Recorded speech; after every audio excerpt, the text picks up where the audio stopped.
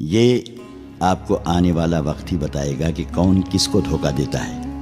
زکوئی نے کہا، مجھے یہ بتائیے کہ صلاح الدین ایوبی تک میری رسائی کس طرح ہوگی؟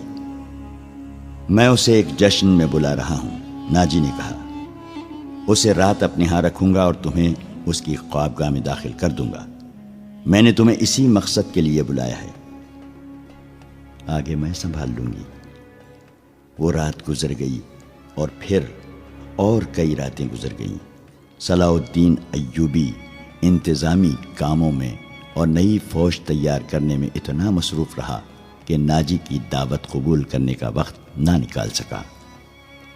علی بن سفیان نے اسے ناجی کے متعلق جو رپورٹ دی اس سے وہ پریشان ہو گیا۔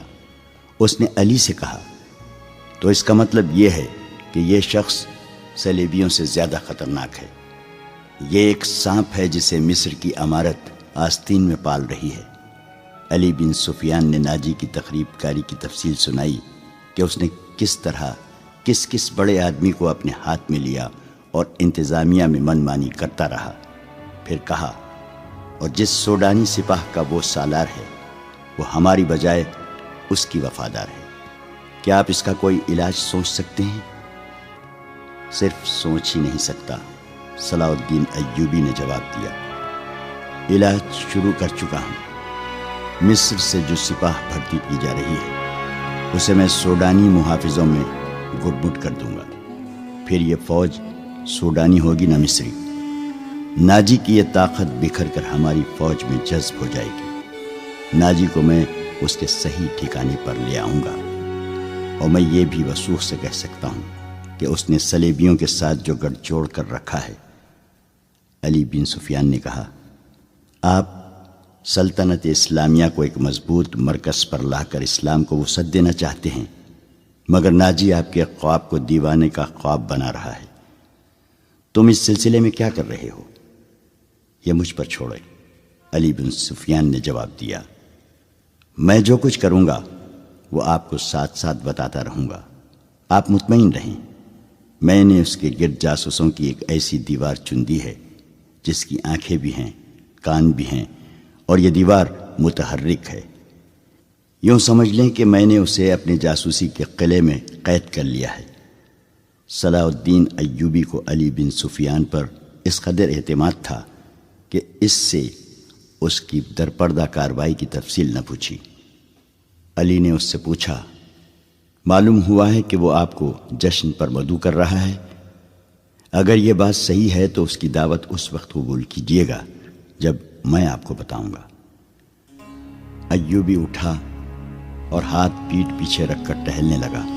اس کی آہ نکل گئی، وہ رک گیا اور بولا، بن سفیان، زندگی اور موت اللہ کے ہاتھ میں ہے۔ بے مقصد زندگی سے کیا یہ بہتر نہیں کہ انسان پیدا ہوتے ہی مر جائے؟ کبھی کبھی یہ سوچ دماغ میں آ جاتی ہے کہ وہ لوگ شاید خوش نصیب ہیں جن کی قومی حص مردہ ہوتی ہے اور جن کا کوئی کردار نہیں ہوتا، بڑے مزے سے جیتے اور اپنی آئی پر مر جاتے ہیں۔ وہ بد نصیب ہیں امیر محترم، علی نے کہا۔ ہاں بن سفیان، صلاح الدین ایوبی نے کہا، میں جب انہیں خوش نصیب کہتا ہوں تو یہی بات معلوم نہیں کون میرے کان میں کہہ دیتا ہے جو تم نے کہی ہے، مگر سوچتا ہوں کہ ہم نے تاریخ کا دھارا اس موڑ پر نہ بدلا تو ملت اسلامیہ بکھر کر وادیوں، جنگلوں اور صحراؤں میں کھو جائے گی۔ ملت کی خلافت 3 حصوں میں بٹ گئی ہے۔ امیر منمانی کر رہے ہیں اور صلیبیوں کے اعلی کار بنتے جا رہے ہیں۔ مجھے یہ ڈر بھی محسوس ہونے لگا ہے کہ مسلمان اگر زندہ رہے تو وہ ہمیشہ صلیبیوں کے غلام اور اعلی کار رہیں گے۔ وہ اسی پہ خوش رہیں گے کہ زندہ ہیں مگر قوم کی حیثیت سے وہ مردہ ہوں گے۔ ذرا نقشہ دیکھو علی، آدھی صدی میں دیکھو ہماری سلطنت کا نقشہ کتنا سکڑ گیا ہے۔ وہ خاموش ہو گیا، سر جھکا کر ٹہلنے لگا، پھر رک گیا اور سر کو جھٹک کر علی بن سفیان کو دیکھا۔ کہنے لگا، جب تباہی اپنے اندر سے اٹھے تو اسے روکنا محال ہوتا ہے۔